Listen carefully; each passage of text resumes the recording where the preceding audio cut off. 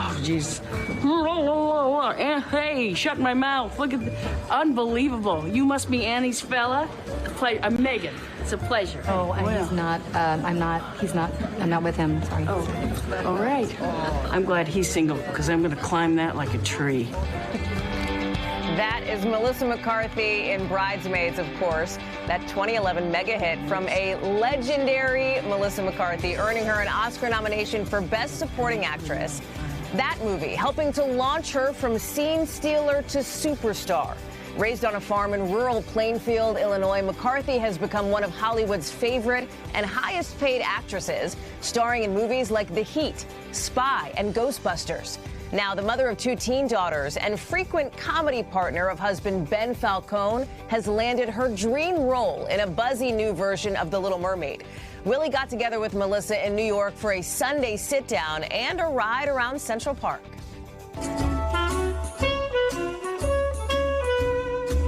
We're subtle, aren't we? Yes. This we like to. We just blend in. Where does the city start and where do we end? This may be my premier mode of transportation. I'm having a bit of an epiphany here. Melissa McCarthy is a comedy hero.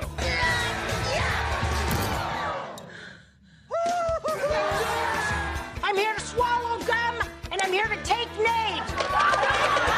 But she's not afraid to play the villain. You know, it'd be great right here, a bunch of buildings. Blade of grass, my blade of grass. I'm gonna get rid of all of this.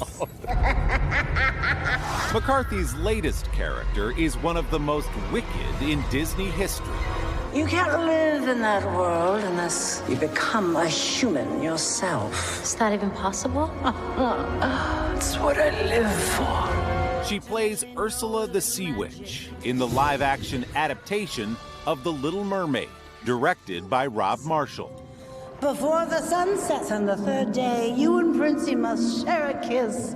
But if you don't, you'll turn back into a mermaid. And you belong to me. Is it true that you were so excited about this that you offered, I'll work the catering truck? Yes, I was truly like, I'm pretty good with organization. I make a good hummus. I offered to do craft service. I have limited sewing abilities, but I can hem pants. He was just like, please stop offering to do weird things for me. I'm like, I'm not gonna stop offering. How did you come at it as Ursula, trying not to copy the one that was already there for people and create something new while being true to the story? Well, I knew it's like, I can't touch Pat Carroll. Pathetic.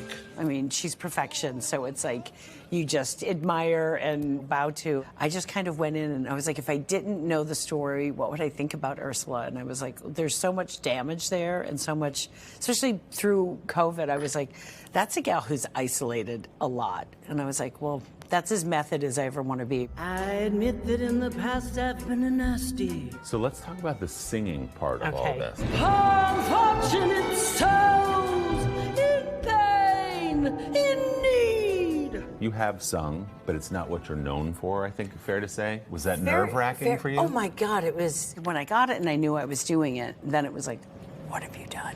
Got some depth and now I got her, boys. I guess you went in thinking, I have to try to sing perfectly. I was like, I don't know how to do something in any area perfectly, but if I can do it in character. And then it became so fun. I also love how you brought some of your past comedic life to this, and that you were inspired by drag queens like Divine and bringing some of that energy to Ursula. I am a huge fan of drag. I always have been. There's a bravado to it and a self-deprecation to it. It's the perfect mix of having full and utter confidence, and also there's some damage there, and it's a cover. And I think in all of the characters, I kind of fall in love with that quality of what's done because of real confidence or what's done to cover. That's exactly the gray area that makes me usually take apart. The 52-year-old McCarthy always has felt comfortable under that cover, including on her very first night doing stand-up comedy on a New York stage, just hours after moving to town. Well, it kind of makes sense now that I'm thinking about it. When you came to New York at 20 years old and you didn't quite know what you were doing, I don't think I'm insulting you. I think it's true. It's fairly, my parents would be like, at all, at all. I put on a huge wig, a silver lame jacket, silver sparkle tights, and went up. To me, it made so much sense because I was like, I can't I can't be me, but I was like, I love that you could become this other person if you're behind this curtain of another person, that suddenly you're utterly confident. McCarthy soon moved to Los Angeles, where she struggled to find work as an actress. She gave herself a deadline of landing a steady role by the age of 30. If you're out on the road. Just 2 weeks before that birthday, she got the part that would change her life on Gilmore Girls. Is something burning? My bangs earlier. Go on. And it was the first regular job I had ever had as an actor, for sure. And I thought, oh my God, I'm so grateful for that. You know what's crazy too is Gilmore Girls, I can speak from experience. My wife, during the pandemic, she watched it with my daughter, and they got through every season. Oh my God. It's had legs on it that I didn't expect. It was a really comforting little world. It was really fun to do. I mean, I was working with such nice people, and just to have a regular job. Yeah. I mean, no one was more shocked than me, or maybe my parents. He's running in a sandal. Oh my God. He's running in a flat, beach sandal. Is that a Tiva? What is that? Oh, look at that. Yeah, they're bicycle built for two. I'm generally against those. And I'm always the one where I'm like how long can I just kind of coast? Exactly. Few people make us laugh like McCarthy does, as an identity thief, an undercover spy, and of course, as a bridesmaid. But in recent years, she has taken on dramatic parts too, like the hard-drinking author Lee Israel in the film Can You Ever Forgive Me? You were nominated for another Oscar for Best Actress. Crazy. What was that whole experience like for you to be in that echelon of serious actors? It's always a little strange. I started in stand-up and then did all dramatic work, so I really love it. I gravitate towards it. I think the joy of doing both is kind of heaven. I can't clean up the water. I can't come up with, fantastic new medicine. I'm not great with science, but I'm like, maybe the people that do all the really important things, when they come home, I can give them like an hour and a half to just forget that all and maybe laugh or get lost in some different kind of story. I'm like, I kind of take that as like, that's my purpose. And do I help him? Yes, indeed. A purpose that has guided McCarthy to that once-in-a-lifetime role as Ursula. A 60-foot clamshell has never come my way before. If it comes again, that'll be weird.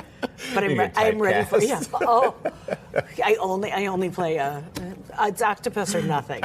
Well, this will be played later to be like, oh, they even talked about it. They laughed, but they knew.